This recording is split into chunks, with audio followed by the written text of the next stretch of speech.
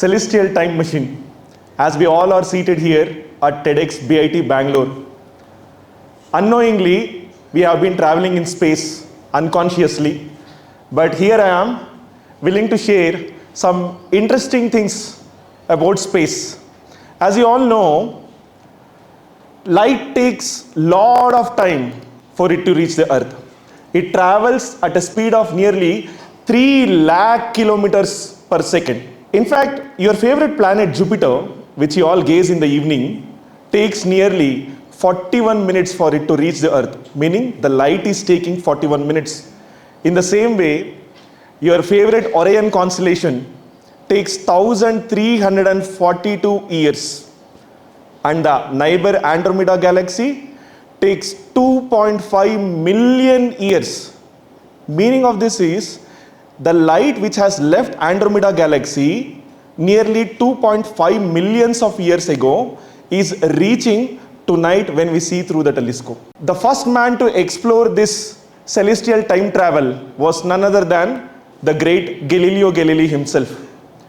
Galileo Galilei heard a story that a Dutch Navy merchant used 2 small pieces of glasses to look through such that he was able to detect pirate ships. Listening to this story, he got inspired and he said, if they can see a distant ship, why can't I look through the celestial bodies? With that, he started his observation. In the year of 1609, towards the fall of the year, he actually gazed at Jupiter. When he gazed at Jupiter, he made very interesting drawings. He noted down how it actually looked like for nearly 28 days. And he realized those are not just any dots, they are actually natural satellites revolving around the Jupiter. Thereby, he went on to prove the heliocentric model of the solar system. Not just that, he continued his research and he said that there are huge mountains on the moon and there are dark spots on the sun, what we today call it as sunspots, and Venus goes through phases. Well, not all scientists are actually right at all given point of time. Look at this drawing. This drawing is done by none other than the Galileo Galilei himself. And he said, this is how Saturn actually looks like. It is a planet with 2 ears. Just like this, many of them laughed at him. Well, the problem with Galileo's telescope was that of color aberration. Meaning, it created additional yellow and blue colors at the end, thereby not letting these people to see the true colors of planets. Whereas this was overcome by the next generation of astronomers, Christian Huygens, who actually built a 210-foot lengthy telescope, attached it with a string. Several years into the future, another one built an 8-inch aperture telescope, nearly around 300 feet. That was Sir Johannes. Like this, it went on until one day the apple fell on this great man, and he came up with another new idea that instead of lens, which are actually giving us trouble, why don't we change the lens and introduce concave shaped mirrors? So these 2 telescopes together have contributed to the field of space technology. As you all know, today's space technology field has crossed more than $670 billion as we stand today. Now, out of this, for your guess, let me share, ISRO is able to capture 2% of it. So there are a lot of distinguished scientists across India like Dr. P.G. Divakar sir, who are putting efforts in making sure more and more youngsters come into this field to realize this. And how do we make this happen? Through small telescopes. Now, I'm going to show you all how telescopes are actually made. I'm going to take very reusable materials which actually comes in hardware stores. I've just taken a reducer and a doublet lens. As you can see, these are nothing but simple lenses, a biconvex and a planar concave merged together, which becomes an achromat. I will place them, whatever is the convex side, I will look through here, simply place them inside, take another PVC tube, place them in, Make sure it is strong enough. Another reducer from 63 to 32. Place them on top of it.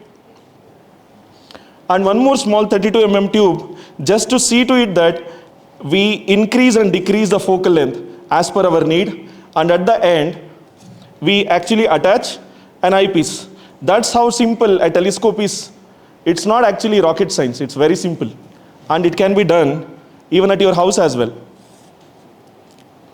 So whenever I want, I can actually peep through my window and look at the beautiful celestial bodies. Well, the applications of this has been enormous, especially for the field of astrophotography. But one fine day, one of my friend, when he came back from Sweden, he had been to a mountain after finishing his BMC course. And when he visited one of the tallest mountains of India, there was an avalanche. And he was stuck in that place. When he came back, he said that, Satish, if only your telescope was available in my bag, it would have actually helped me to come out much quicker. I would have not been lost in the woods. Later on, I went forward to create this pocket scope, which can be kept right within my pocket as well.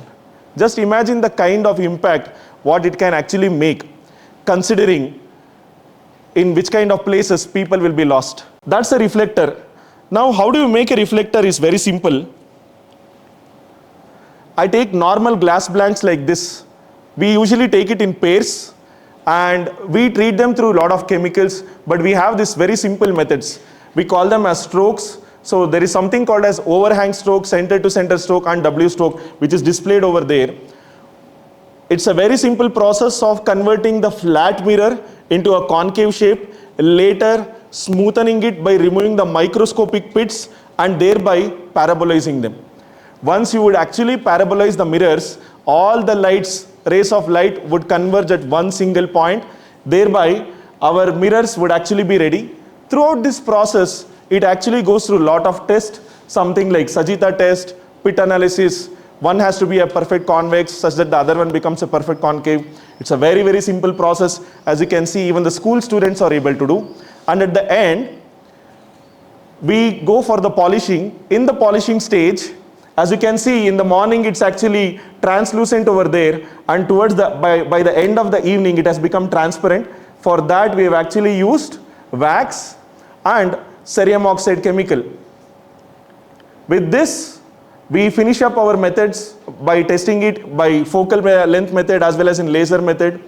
And at the end, we take it through a simple process called as Ronchi gradients, which actually tell you whether your mirrors have been properly made or not. And the end of the process is taking it to a vacuum chamber and aluminizing it. Trust me, these telescopes are not complex. It's very, very small. Can you all see this? Just imagine taking this in your picnic.